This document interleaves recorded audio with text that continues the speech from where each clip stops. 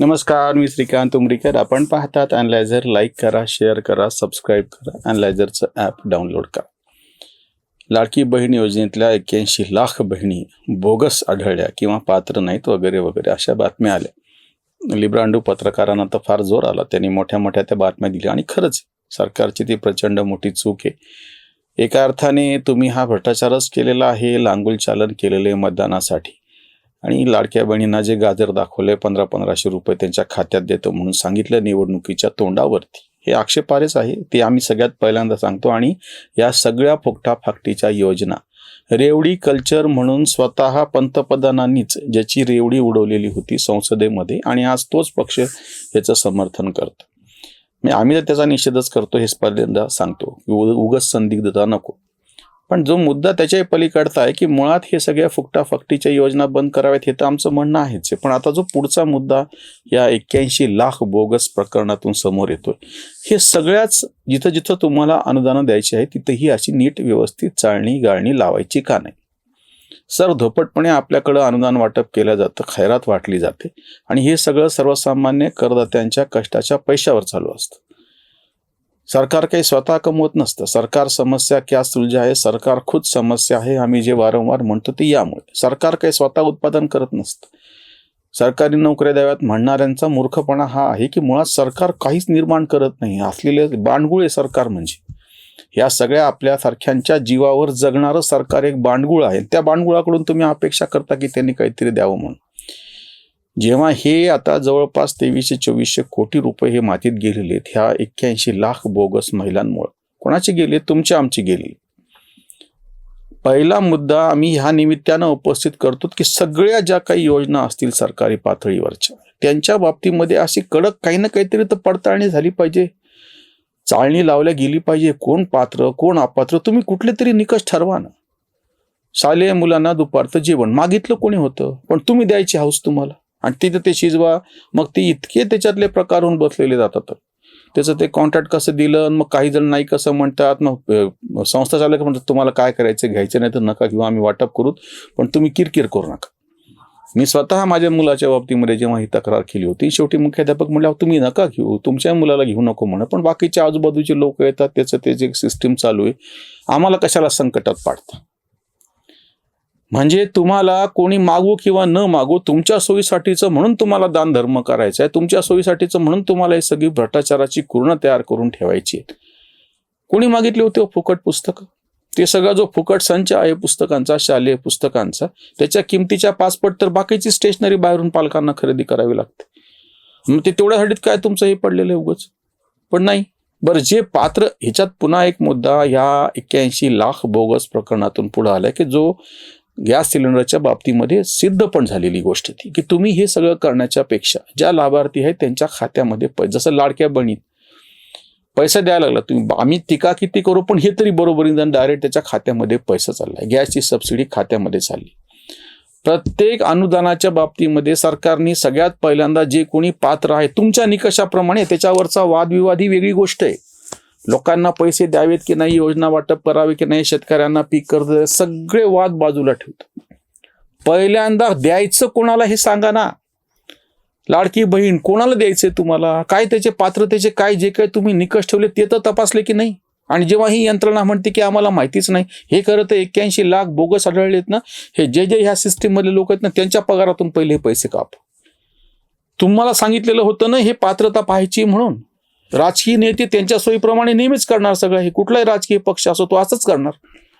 पण बाकीची जी सरकारी व्यवस्था आहे ती तर कायम आहे ना, तीच आहे ना. सरकार जेव्हा बदलतं म्हणजे शासनकर्ते बदलतात तेव्हा सरकार तेच राहतं, ती व्यवस्था बदलत नाही. एकदा नोकरीला लागलेला माणूस वयाच्या 58व्या किंवा काही ठिकाणी 60व्या वर्षी रिटायर्ड होतो तेव्हा तोच राहतो. मधल्या काळात 5-6 सरकार आली काय गेली काय. त्याच्यामुळे ह्या ज्या व्यवस्थेतले सगळे लोक आहेत, तुम्ही पात्रतेचे काय जे काही निकष ठरवले ते तरी पाळता की नाही. आणि दुसरी गोष्ट, हे सगळं पाळल्याच्या नंतर त्यांना काही गरज नाही फुकट जेवण द्यायची, काही गरज नाही त्यांना शाळेचा ड्रेस द्यायची, काही गरज नाही त्यांना फुकट पुस्तकं द्यायची. तुम्हाला जो कोणी गरीबाला जी काही मदत करायची असेल तर ती त्या पात्र लोकांची सगळ्यात पहिली यादी तयार करून तुम्ही जी रक्कम ठरवलेली आहे ती त्याच्या खात्यामध्ये द्या. आम्ही जेव्हा खाजगी विनाअनुदानित पूर्णपणे स्वयंचलित शाळा चालवत होतो तेव्हा सरकारने ते 25% जेव्हा किरकिरी सुरू केली होती तेव्हा आम्ही सरकारला अधिकृतरित्या ऑफर दिलेली होती की आम्ही 100% प्रवेश तुम्ही म्हणल्याप्रमाणे देतो. आम्ही तुमच्याकडून 1 रुपया पण मागत नाही. तुम्ही प्रत्येक पोरावरती जेवढा खर्च करता त्याच्या फक्त आम्हाला अर्धाच द्या. तेव्हाचा आकडा होता काहीतरी 12 का 13,000 रुपये पर विद्यार्थी खर्च होतो सरकारचा. आम्ही 6,000 मागितले होते. प्रत्येक विद्यार्थ्यामागे आम्हाला 6,000 रुपये द्या, आम्ही तुम्ही म्हणाल त्या पोरांना शिकवतो. आमची काहीच अटी नाही शाळेमध्ये प्रवेश घेण्याची. हे काय चाललंय भंपकपणा. आज सुद्धा सरकार, बरं हे सगळं करणारे हे स्वतः त्यांची पोरं ह्या शाळेत घालत नाहीत. त्यांच्या बायकांच्या सुनांच्या डिलिव्हरी शासकीय रुग्णालयामध्ये होत नाहीत. ते स्वतः शासकीय वाहनांनी म्हणजे ऑफिसच्या वैयक्तिक वाहनांनी प्रवेश करतात गाडी घोड्यांनी, पण सार्वजनिक वाहनांनी प्रवास करत नाहीत. लाडकी बहीण योजना राबवत असताना अतिशय गरजू अशी तळागाळातला जो वर्ग आहे, विशेषतः महिला आहे, त्यांच्या हातात काहीतरी सन्मानजनक रक्कम एक कृतज्ञता म्हणून पोहोचावी असं ते मूळ हेतू त्याचा असावा. आम्ही मान्य करतो असं. आमच्यासारख्यांना आमचा त्यांना विरोध असला तरी मग त्याची पात्रता तपासायची की नाही. अजून एक मुद्दा असा होतो की जर तुम्ही गरजूला दिलं तर शक्यता असते की काहीतरी त्याचा उपयोग होईल. अन्यथा तुम्ही सरधोपट मदत करतो म्हणल्याच्या नंतर ज्याला पुरुषार्थाचं खच्चीकरण असा एक शब्द आम्ही शेतकरी चळवळीत वापरलेला होता. राशनवरती फुकट धान्य उपलब्ध होते, घरकुल योजनेमध्ये तुम्हाला घर मिळतं आहे, वेगवेगळ्या योजनांखाली जे तुमच्या सस्टेन निभवण्यापुरते तुम्हाला जो पैसे मिळतात म्हटल्यानंतर त्या माणसाची काम करण्याची जी उर्मी असते ती संपून जाते. म्हणून त्याला पुरुषार्थाचे खच्चीकरण. एखाद्याला काही करावं असं वाटणे, काहीच करावं वाटत नसं पडून राहायचे तुम्हाला, आणि तुमचं सगळंच काहीतरी कोणीतरी करणारे म्हणल्यानंतर असा जो एक वर्ग असतो की जो मुळातच फारसं काही करायला उत्सुक नसतो, त्याला तर ते कारणच भेटतं. निनांद्याला वारा बुद्धी असा शब्द आहे आपल्याकडे. मग तो काहीच करत नाही. आज छोट्या गावांमध्ये मजुरांचा सगळ्यात मोठा प्रॉब्लेम, सगळ्यात मोठी समस्या होण्याचं कारण म्हणजे शासनाच्या वेगवेगळ्या योजनेतून सर्वसामान्यांना मिळणारे पैसे किंवा मिळणारे लाभ. त्या मजुराला काहीच गरज उरलेली नाही, तो बाहेर पडतच नाही, काही करायला तयारच नाही. म्हणजे जसं काही ते मालकाचीच गरज आहे की त्याला नाही बाबा चल रे तुला पर्यंत गाडी पाठवतो, दुपारी सुट्टी देतो, सुट्ट्या बाकीची देतो. कारण काय की त्याला माज आहे. आणि हे पैसे पुन्हा कोणाचे चाललेत? आपणच ज्यांनी कर भरले त्यातलेच चालले. सरकारने काही पैसे तयार केलेले नाहीयेत. ह्या सगळ्या, मी तुम्हाला ह्याचंच उदाहरण सांगतो. या बोगस सगळ्या योजनेमधून एक आमच्या संबंधितातले काम करणारे त्यांच्या घरची बाई, आणि ती गायब झाली, आता मी येत नाही. त्यांना अडचण झाली, त्यांनी दुसरी बाई शोधली. काय ती हे इथं संपत नाहीये. जर त्यांना हे पैसे हे वगैरे काही मिळालं असतं त्याच्यावर त्यांचं निभलं असं तरी मी समजू शकतो. ती आली ना 2 वर्षांनी वापस. आता मागच्या वर्षीचीच गोष्ट. ही योजना सुरू होती 2024च्या निवडणुकीच्या आधी. बरोबर ती काही दिवसांपूर्वी वापस आली, मागच्या वर्षी जवळपास 5-6 महिन्यांपूर्वी. नाही असं येईन काय काम. म्हणलं अरे तू गेली होती ना, तुझं एवढं तुला पैसे मिळाले काय आहे, घरकुल आहे, तिथं घर बांधणार वगैरे. मग जे तिनं काय त्याच्यातले अडचणी रडगाणे सुरू केले ती गोष्ट वेगळी. म्हणजे काय झालं, एक काम करत असलेली बाई, ती तिचं कष्टानं कमवत होती, तिला आणि तिचं जिथं काम करते त्यांच्या आपसात जे काही त्यांचे पैशाचं ठरत असेल, पटत असेल न पटत असेल, पण ह्याचा ताण प्रत्यक्ष तिकडे व्यवस्थेवर नव्हता ना. म्हणजे हे जे त्याच्यातले काम करू इच्छिणारे होते त्यांचंही तुम्ही कामाची ती प्रवृत्ती ही करून टाकली, वाटोळं करून टाकलं. बरं ते आता पुरेसं नाही. तुम्ही आता हे 81 लाख बोगस सांगितले, पुन्हा अजून एक काहीतरी नियम काढताल की जर तुम्हाला एखाद्या अमुक योजनेमध्ये जर इतके पैसे मिळत असतील तर बदल्यामध्ये तुम्हाला लाडकी बहीण योजनेतले पैसे मिळणार नाहीत. कारण की हे सगळं नाटक सरकारी तिजोरीवर चालू आहे. सरकारी तिजोरीतला पैसा मर्यादित आहे. हे लक्षात न घेता हा जो ड्रामा केला जातो, म्हणून म्हणलं की सरकार हे बांडगुळ आहे मुळात. सरकार काही स्वतः काहीच निर्माण करत नाही. सरकार उलट तुमचाच सगळा जीवनरस शोषून घेतं कराच्या रूपानं, आणि आपण परत त्या सरकारवरती लटकल्याच्या नंतर म्हणजे ती आपलीच गोष्ट आहे. म्हणजे कसं काय व्हावं ते? कडेवरचं ओझं डोक्यावरती घेतल्याच्या नंतर ओझं कमी झालं असं होत नाही, फक्त कडेवरचं कमी झालेलं असतं.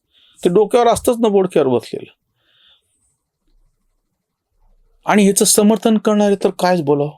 सगळे पुरोगामी, प्रतिगामी, उजवे, डावे, मधले सगळे फुकटाफाकटीचं समर्थन करतात.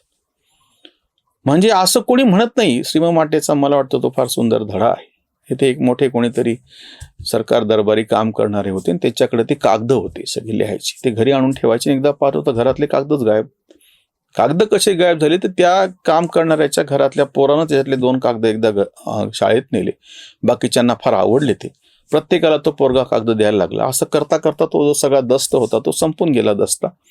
आणि जेव्हा त्यांची चौकशी झाली त्या पोरानं मग कबूल केलं मी शाळेत दिले, शाळेत दिल्याच्या नंतर कुणाकुणाला दिले, सगळी चौकशी झाली. प्रत्येक पोराने जवळपास पोरे बिचारे साधे ज्यांनी ज्यांनी कागद घेतले त्यांनी ते वापस आणून दिले. आणि हे करायचं काम फक्त त्या श्रीमंत माटेंना सांगितलेलं होतं. आणि तेव्हा त्यांना विचारले, ते म्हणे मी नाही घेतला कागद, मी एकही कागद घेतलेला नाही. मग ते सगळे गोळा झालेले जे कागद होते एवढे मोठे, वा तू छान आहे प्रामाणिक पोरगा म्हणून त्याला ते अख्खाच्या अख्खा दस्ता बक्षीस दिला. अशी काहीतरी श्रीमंत माटेंची ती कथा होती. आता नवीन ह्याच्यामध्ये श्रीमंत माटे कोणी माहीत नाही, पण सगळेच कागद घेणार आहेत, सगळेच बेनिफिशियरी वेगवेगळ्या मार्गाने.